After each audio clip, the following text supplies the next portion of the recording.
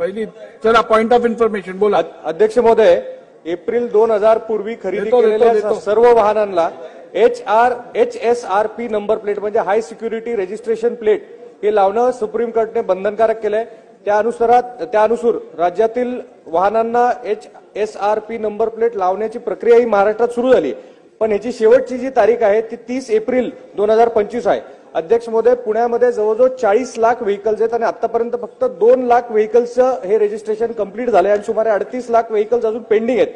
तर ह्याचे जे आरटीओने इस्टॅब्लिश केलेले सेंटर्स आहेत ते सुद्धा कमी आहेत आणि त्याला मोठ्या रांगा लागतात आणि त्याच्यामुळे आता नागरिकांमध्ये संभ्रम आणि पॅनिक क्रिएट व्हायला लागलाय.